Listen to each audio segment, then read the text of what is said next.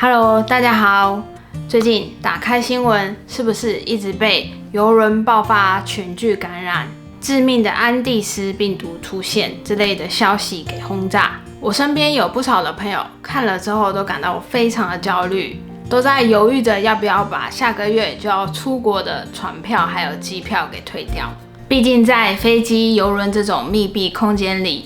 一旦出現了高傳染性的病毒，感覺就是無處可躲。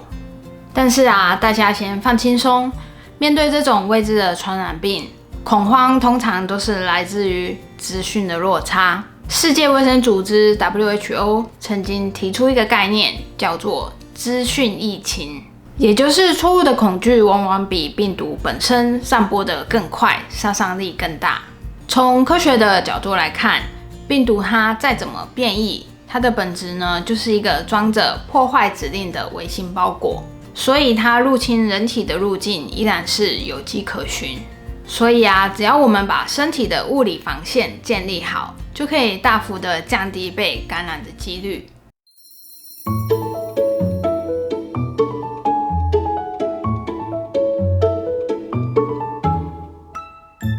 大家好，我是 Dr. 靜寧，今天就讓我們來看看什麼是安第斯病毒，同時我也會教你如何在密閉的空間裡打造一個連病毒都無法輕易突破的防禦機制。首先要對抗敵人，我們就要了解敵人的本質。很多人以為病毒就像是細菌一樣的微小蟲子，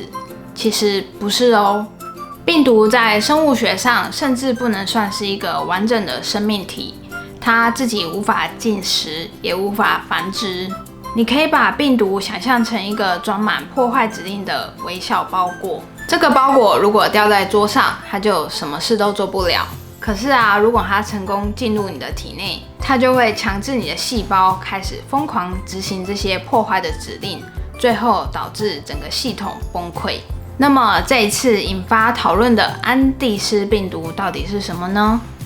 安第斯病毒它是屬於漢他病毒家族的一員。一般來說，漢他病毒的傳播途徑非常的受限，因為它主要是寄生在齧齒類動物，像是老鼠的身上。人類通常是吸入了帶有老鼠尿液或糞便的微塵才會感染。也就是說，只要你把環境打掃乾淨，不接觸老鼠，基本上呢是非常的安全，因為它不會人傳人。但是安第斯病毒它就是一個恐怖的例外，它是目前科學界已知唯一一個可以經由人際傳播的漢他病毒。正是因為它出現了關鍵的變異，讓這份危險的包裹可以脫離老鼠，直接透過人類的飛沫甚至是親密的接觸，來導致人與人之間的傳播。加上它可能引發嚴重的漢他病毒心肺症候群，致死率極高，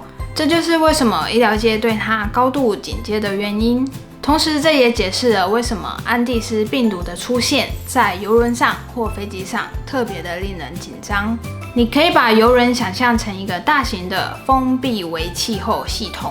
所有的人都在共用一套中央空調。當帶有病毒的感染者在這個空間裡打噴嚏或咳嗽，就會噴出大小不一的水滴，比較大的飛沫就會立刻掉在地板上。但是密閉空間裡的空調通常會把空氣抽得很乾，在乾燥的環境下，這些飛沫的水分就會迅速的蒸發，縮小成質量極輕的氣溶膠。那這些氣溶膠就像是隱形的生化煙霧彈，它們可以懸浮在空氣中長達數個小時，並隨着空調的風輕易的在各個房間之間流動。你可能根本就沒見過感染者，只是呼吸着同一套系統過濾過的空氣，這個微小的包裹就可以悄悄的進入你的呼吸道。這樣聽起來是不是只要我們在密閉空間中遇到病毒就無處可逃呢？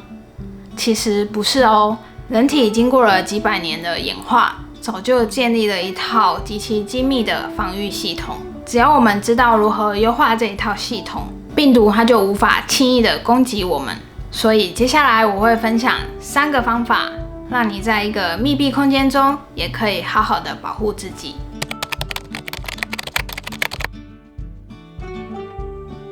我們身體對抗外來病毒的第一道防線是呼吸道裡面的黏膜屏障，但這不只是一層黏液而已，在這一層黏液的下方有千千萬萬根的小纖毛，它們就像是一條不知疲倦的輸送帶，會把吸進來的灰塵還有病毒微粒黏住，然後以每分鐘幾百次的頻率往上掃，最後透過你無意識的吞咽動作，把它們送進你的胃中，經由強酸消滅掉。但是在飛機還有郵輪上的乾燥冷氣，會讓這層黏液乾枯，纖毛也會因為缺水而癱瘓罷工。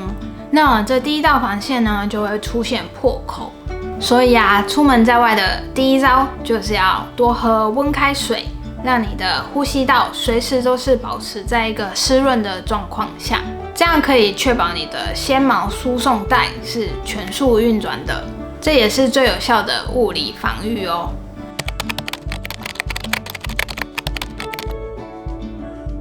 在生物學的分類上，安地氏病毒天生自帶一層由脂肪所構成的外殼，那在醫學上就稱為脂質套膜。這一層套膜雖然可以保護病毒，但同時也是它最致命的弱點。雖然酒精也可以殺死這一類的病毒，但是如果你的手上沾有油脂或者是污垢，酒精它的穿透力就會大打折扣。真正最強的武器就是肥皂，因為肥皂裡面是具有兩氫性分子，它的一端喜歡水，一端喜歡油。當你洗手的时候，喜歡油的那一端呢，就會狠狠地刺進病毒的脂質外套裡，直接把病毒撕裂成碎片。那喜歡水的那一端呢，就會在你沖水的時候，把這些病毒的殘骸都沖走了。所以在你吃飯前還有上廁所後，確實的用肥皂搓洗20秒，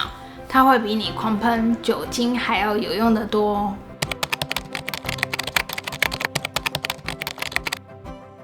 既然安地氏病毒它可以化身成氣溶膠在空調中飄散，那我們當然要在系統最外圍架設一道實體的防火牆，也就是戴口罩。很多人有個迷思，以為戴口罩其實就像漁網一樣，利用細小的網把病毒擋在外面。其實這是錯的哦，因為病毒比網孔還要小太多了。醫療口罩真正厲害的其實是中間那一層經過特殊處理的熔噴布。這一層熔噴布它是帶有強烈的靜電，在微觀的世界裡，它就像是一個超級的捕影子。